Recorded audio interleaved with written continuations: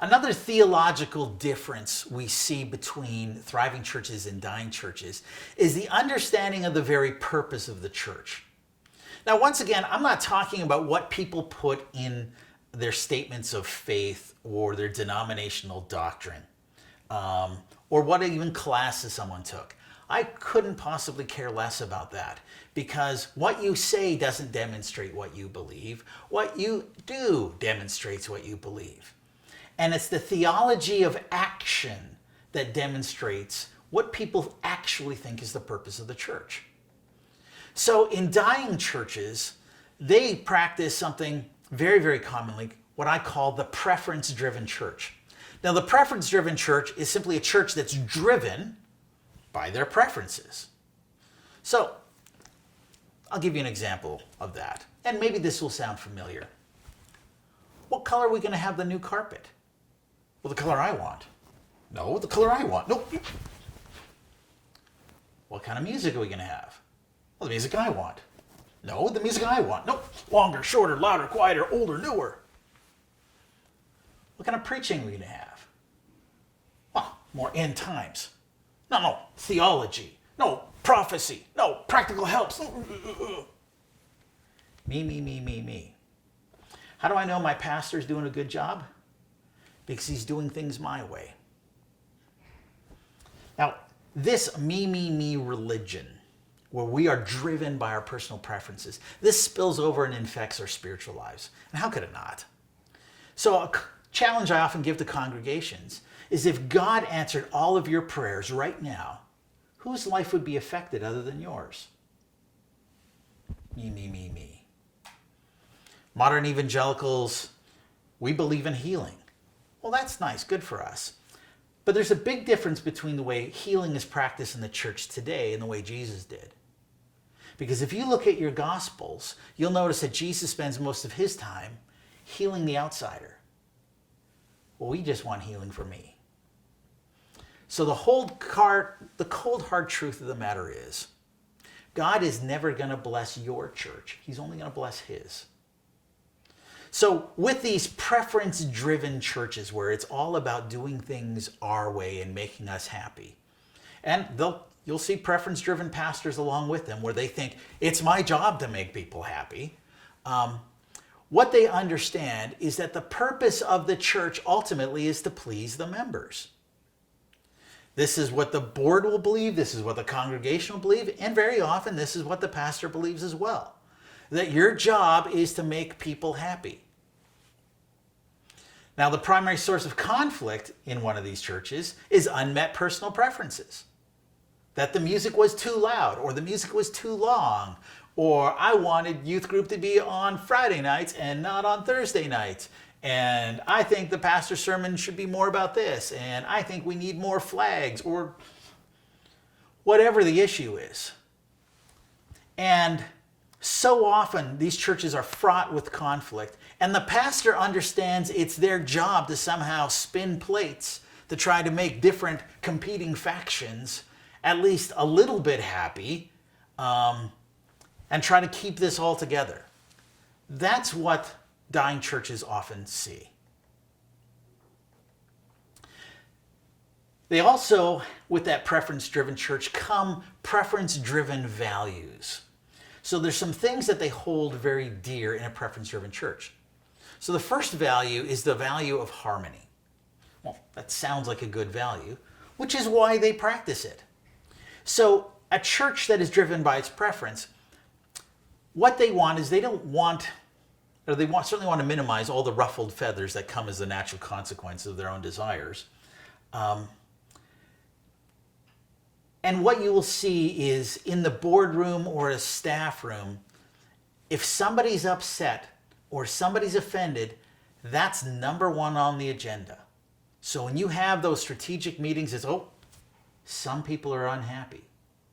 And people will often come into the pastor's office with those very words, Pastor, some people are upset.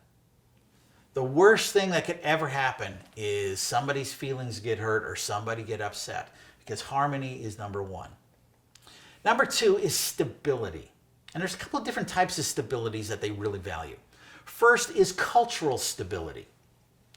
Now, cultural stability is we want the church 20 years from now to feel the way it does now.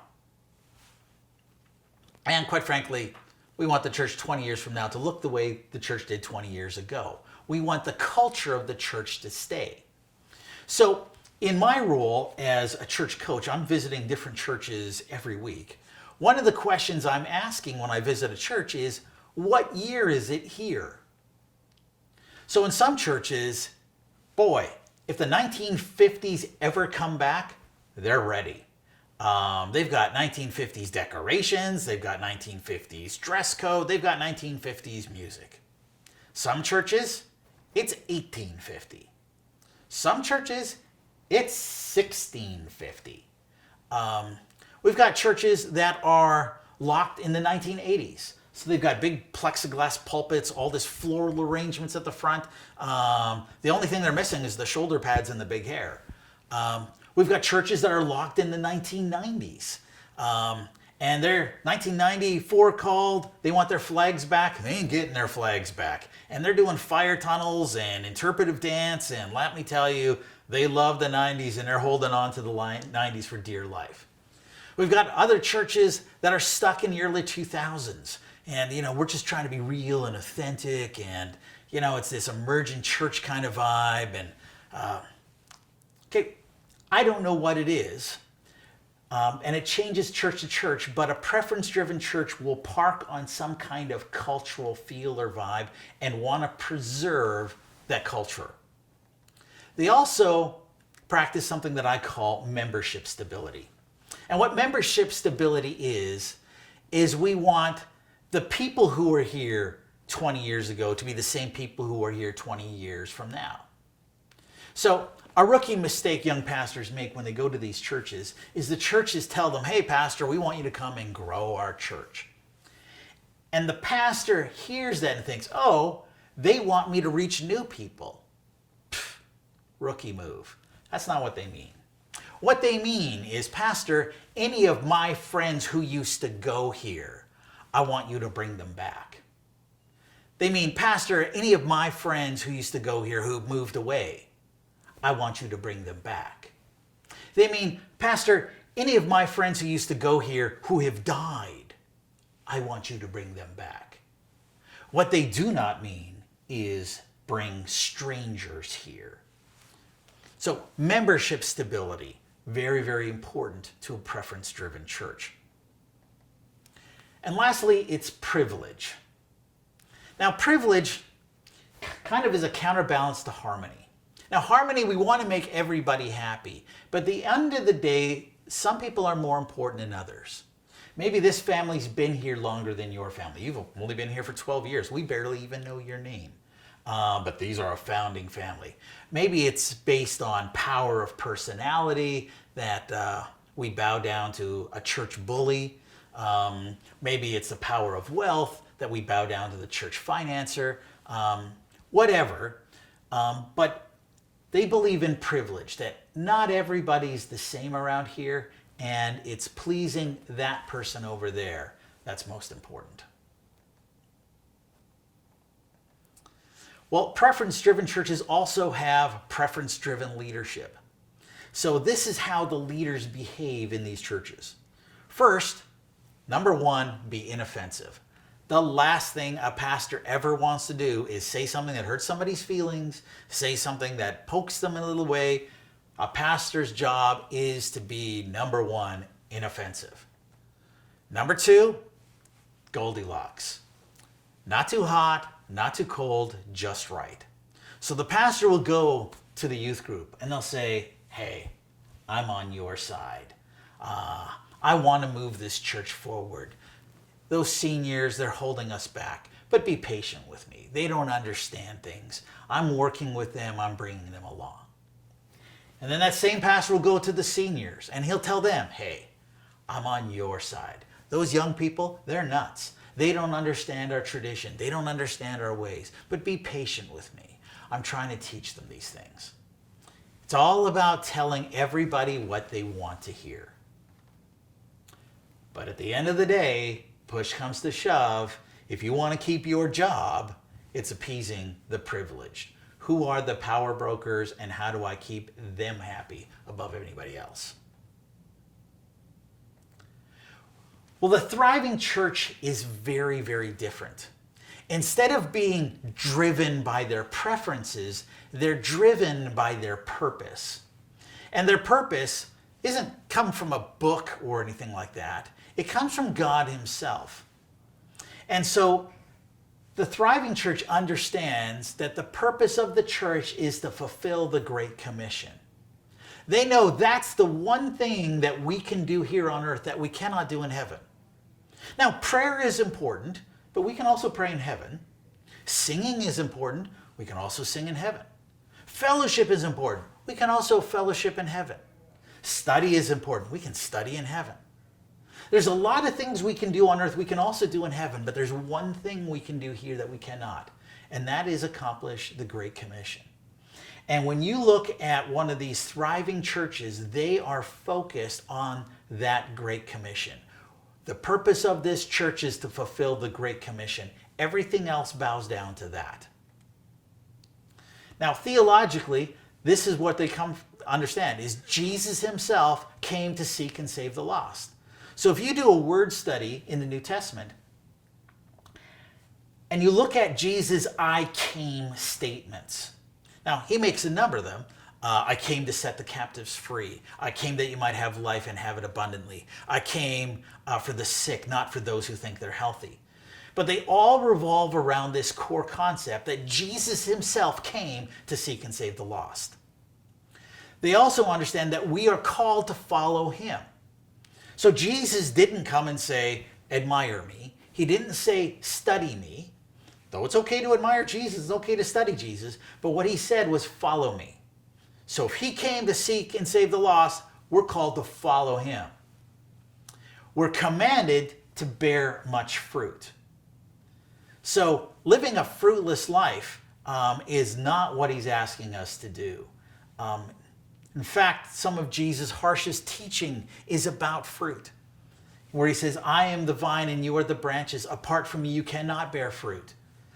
The branch that does not bear fruit gets cut off, thrown away to be burned in the fire.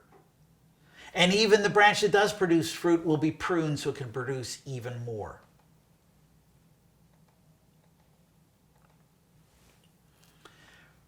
They also understand that we are commissioned to make disciples.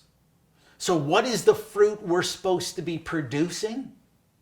Well, it's not the fruit of the Spirit, because the fruit of the Spirit is the Spirit's fruit. It's not the fruit of human effort, it's the fruit of the Spirit. The fruit we're supposed to produce is more disciples. We're cautioned to obey, that this isn't an option. And fundamentally, there's this conviction that Christ's church needs to go about Christ's business. So if Christ came to seek and save the lost, that's what we need to be about as well. One of the most critical and crucial questions we ask a church when we first make contact with them is, where in the life of this church are people regularly and consistently coming to faith in Christ? Like, is that happening in Sunday school? Is it happening in youth? Where are people coming to Jesus?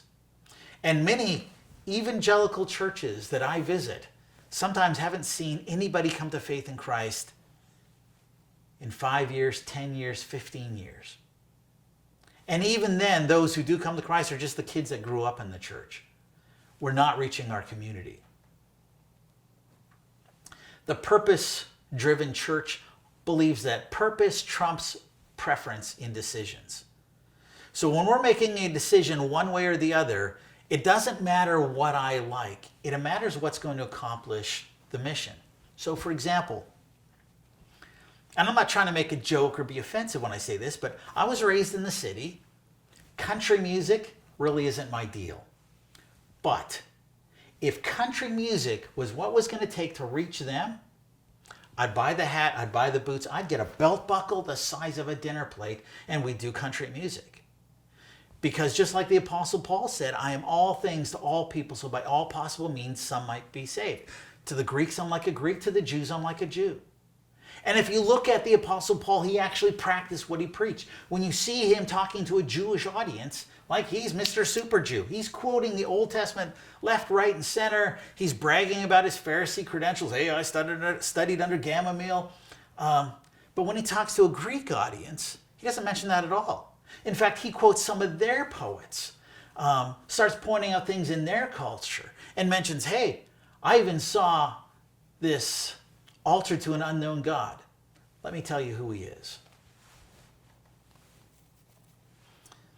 In a purpose-driven church, they also understand what gets measured and what gets managed are salvations, attendance, retention, volunteers, and participants in small groups. Because this is our job, is to have people come here, meet Jesus, and then be discipled to maturity. That's what they measure. That's what they manage. They are driven by their purpose. Now, the purpose-driven church generally has 4 basic assumptions of what church health looks like. And quite frankly, these are the assumptions that I'm bringing to this course.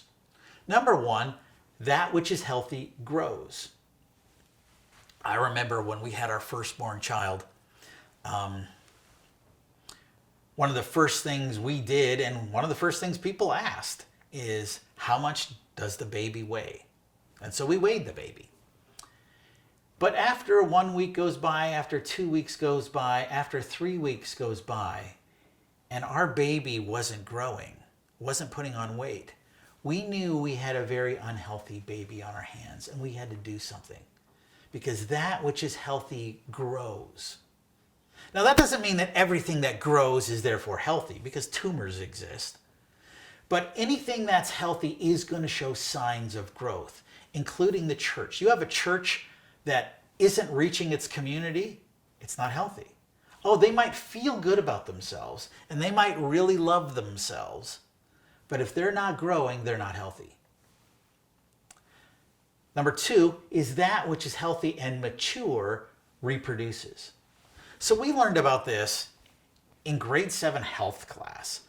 Remember those classes where we had all those pictures on the wall of fallopian tubes and everything else like that, and we learned about the reproductive system? We learned that maturity, now that we were all hitting puberty, maturity was that ability to reproduce.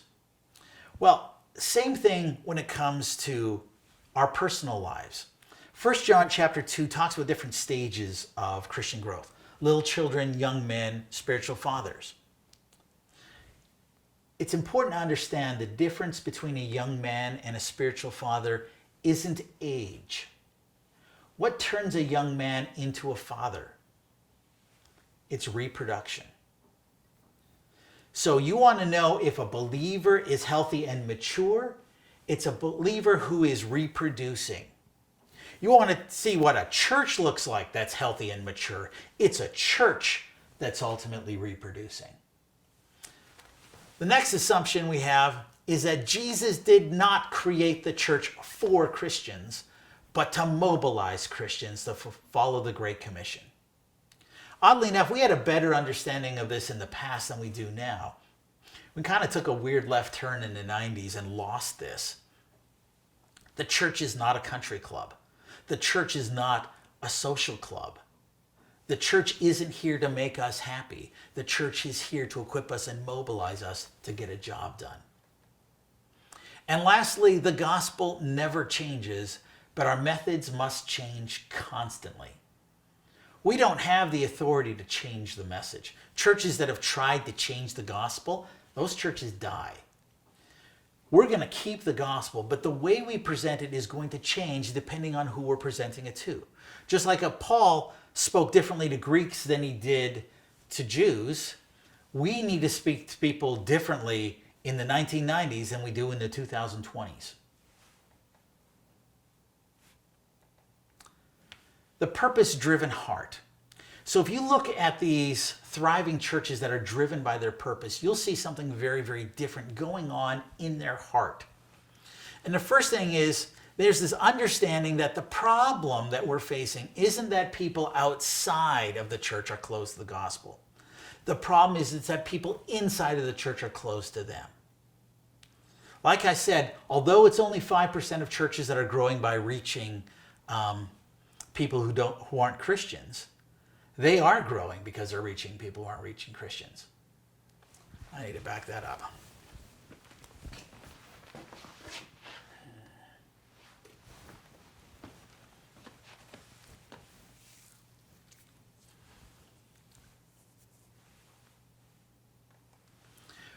What's key to understand about these purpose-driven churches is what they believe also in their hearts.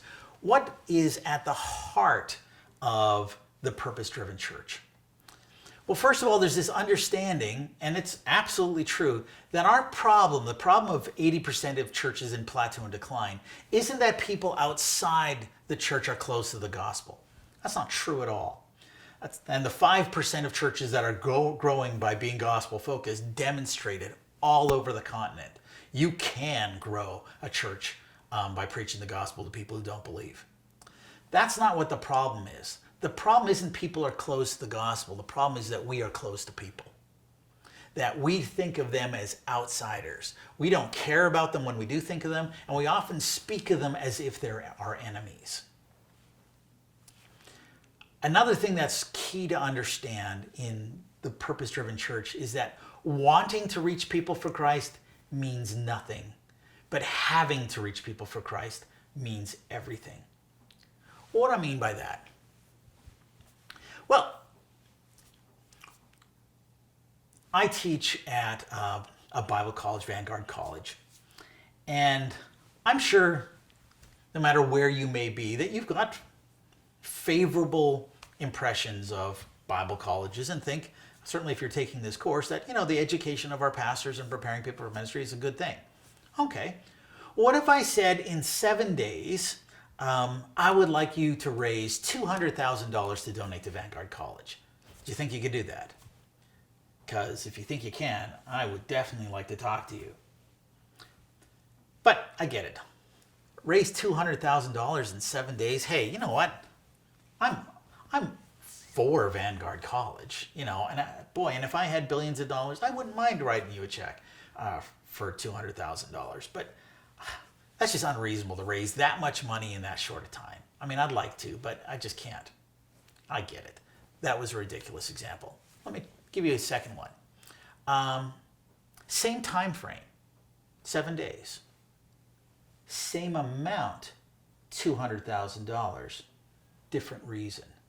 Now it's your child who's dying and they need radical surgery that isn't covered by insurance. And you need to raise $200,000 to save the life of your child. Can you raise $200,000 in 7 days? I think you can.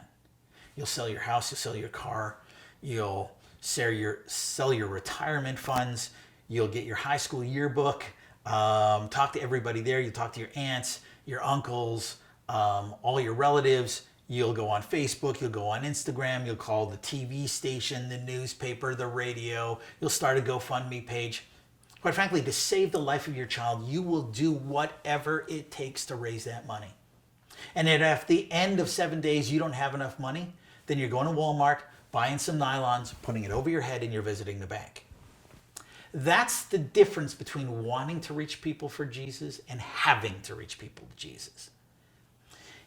Churches that, hey, it would be nice if people came to Jesus. They have my permission to come to Christ. That doesn't mean jack. It's the church that this is our burning must. We have to reach people for Jesus, and we will stop at nothing to do that. We're going to do everything short of sin to accomplish that great commission. That is what is at the heart of the purpose-driven church.